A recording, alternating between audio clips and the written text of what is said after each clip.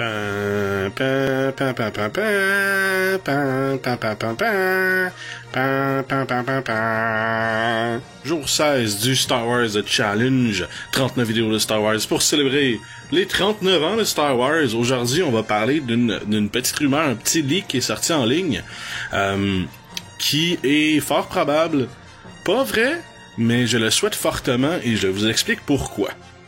Le leak qui est sorti en ligne en ce moment, c'est le titre officiel. On se rappelle, j'en ai fait une vidéo un petit peu plus tôt dans le Star Wars Challenge, qu'il y avait plusieurs itérations du titre pour Star Wars 8 qui étaient sortis en ligne, qui étaient leakés, quelques possibilités, mais personne voulait s'avancer à confirmer ça ou pas.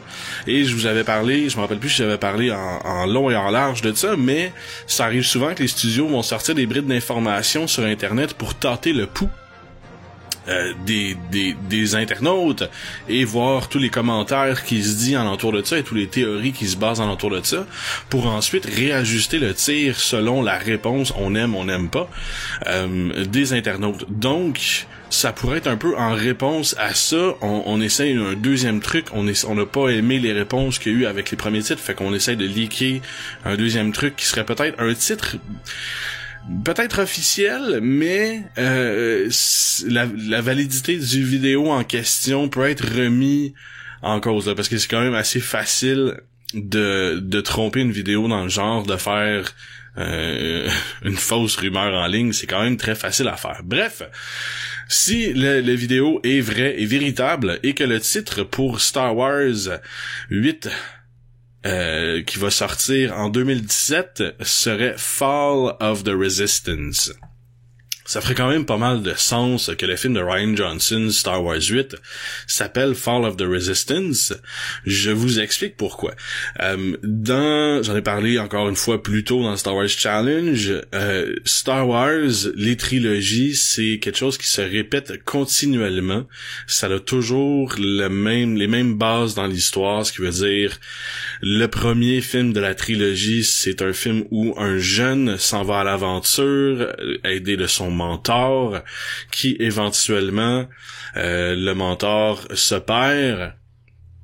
On parle ici, mettons, dans la trilogie originale, c'est Obi-Wan Kenobi qui meurt. Dans la nouvelle trilogie, c'est Han Solo. Dans la toute première trilogie, c'était Qui-Gon Jinn. Éventuellement, le héros, sous toute attente et envers envers une improbabilité certaine, réussit éventuellement à détruire l'obstacle principal des gros méchants. Dans la trilogie originale, c'était la Death Star. Dans le 1, 2, 3, dans le 1, à vrai dire, le Phantom Menace, c'était l'espèce de gros vaisseau de la Confédération qui gérait les robots. Et dans le Star Wars 7, c'est le Star Killer Base, comme on le sait. Donc ça, c'est toujours la même chose qui se passe, ce qui veut dire que les rebelles ou la nouvelle opposition se fait défaire par justement l'armée qui est en place, les personnages qui sont en place. Dans le deuxième film des trilogies, c'est un peu toujours la même chose. Dans la trilogie Empire Strikes Back, c'est en fin de compte l'Empire qui regagne du terrain, les rebelles se font manger la gueule, en bon québécois si je pourrais dire, pour les Français qui nous écoutent, on se fait battre à plat de couture, mais c'est ça, les rebelles se font casser la gueule, l'armée en place, les gentils se font casser la gueule. Il y a un revirement de situation très important qu'on apprend. C'est quelque chose il y a toujours un plot twist quand même assez énorme qu'on apprend dans le deuxième film de la trilogie, dans Empire Strikes Back. C'est le fait que Dark Vador soit le père de Luke. Et éventuellement, on perd une personne, si je pourrais dire, on s'en va vers quelque chose d'assez terrible qui se passe, et le film finit sur une note assez mauvaise. Il n'y a pas vraiment d'espoir dans le second film de Star Wars. Dans les seconds films de Star Wars, pardon, c'est toujours assez lugubre à la fin. On sait pas dans quelle direction ça peut aller d'un bord comme de l'autre. Dans justement l'Empire contre-attaque, à la fin, on a perdu Han Solo dans la carbonite et ça s'en allait vers est-ce qu'on va être capable de justement se solidifier contre l'Empire et éventuellement gagner du terrain et récupérer Han Solo. C'est quelque chose qui est très justement lugubre, si je pourrais dire, on sait pas ce qui va se passer, mais les événements ne sont pas de bon augure. Dans Clone Wars, bien sûr, le revirement de situation, c'est d'apprendre qu'il y avait une armée de clones sur Kamino, que justement, il y a un site qui est en arrière de tout ça, et c'est assez lugubre. On rencontre aussi le Comte Dooku, l'espèce de manipulateur à travers tout ça. On se rend compte que c'est un ancien Jedi.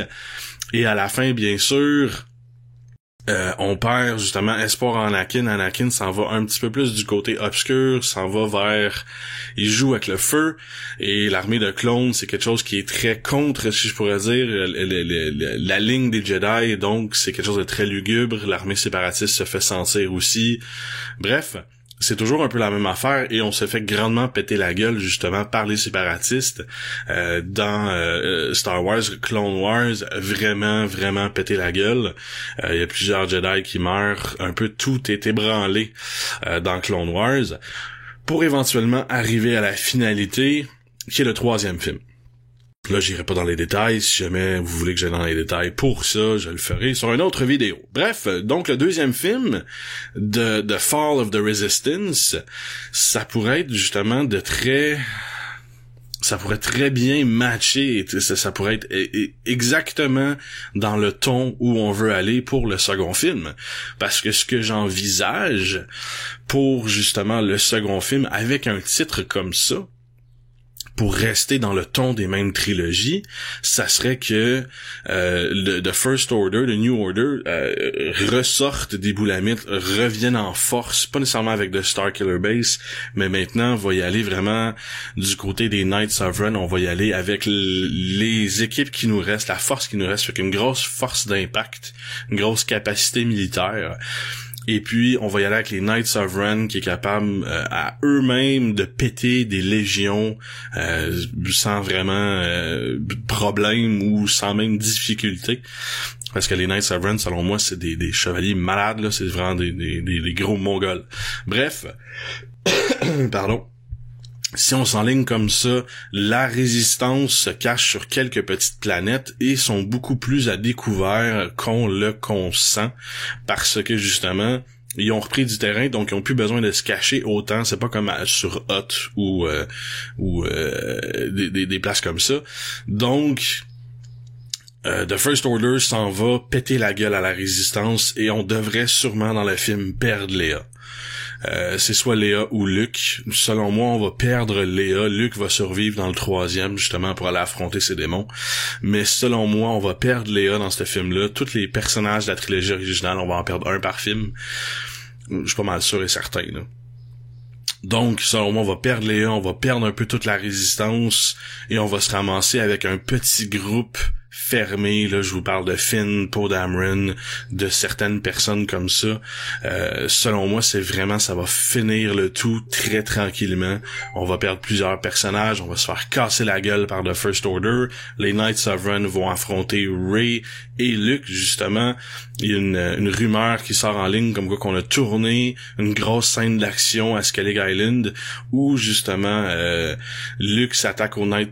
Les Knights Sovereign arrivent avec Kylo Ren. Kylo Ren isole Rey dans un coin, commence à se battre avec elle. Éventuellement, il monte sur une falaise. Rey est censé tomber de la falaise et on ne la revoit plus pour le moment. Ça serait très indicateur de ce qui se passe avec Luke sur le Cloud City.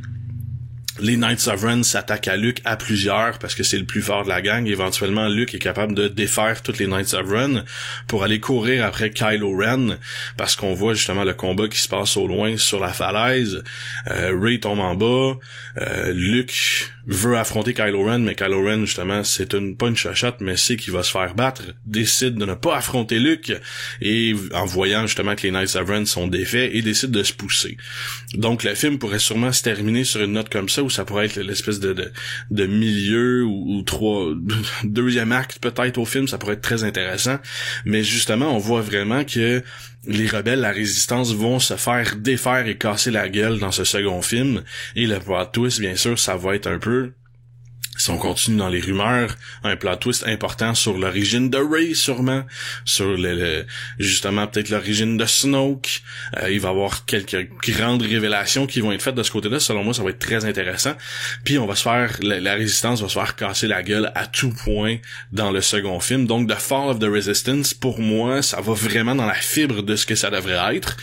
Et ça va vraiment pile poil dans le second opus de la trilogie de Star Wars, je pourrais dire, selon l'espèce de schéma qui se crée dans les films de Star Wars. Donc, ça serait très indicateur que The Fall of the Resistance, ça serait un très bon titre pour le second opus de Star Wars qui est dirigé par Rian Johnson. Donc, est-ce que vous y croyez? Laissez-nous un commentaire savoir est-ce que The Fall of the Resistance c'est un bon titre ou si vous préfériez ce qui était mentionné auparavant, les 3 titres qui étaient sortis, que ce n'était qu'une rumeur. Selon moi, c'est vraiment pour tâter le pouls du public. On veut pas manquer notre shot avec Star Wars, c'est sûr et certain. Donc, il y a plusieurs leaks qui sortent en ligne que, selon moi, c'est fait par les studios pour tâter le pouls du public. Je sais pas si c'est la conspiration en moi qui ressort, mais bref. Laissez-nous un commentaire. Est-ce que The Fall of the Resistance, ça serait un très bon titre? Moi, je pense que ça serait génial pour un second opus. Ça va exactement dans la ligne, justement, des Star Wars, comme je le disais. C'est le Star Wars Challenge, 39 vidéos de Star Wars pour célébrer les 39 ans de Star Wars. Et oui, ça s'en vient quand même très vieux. Donc, laissez-nous un commentaire, partagez, inscrivez-vous à notre chaîne YouTube. C'est très important. On se reparle demain.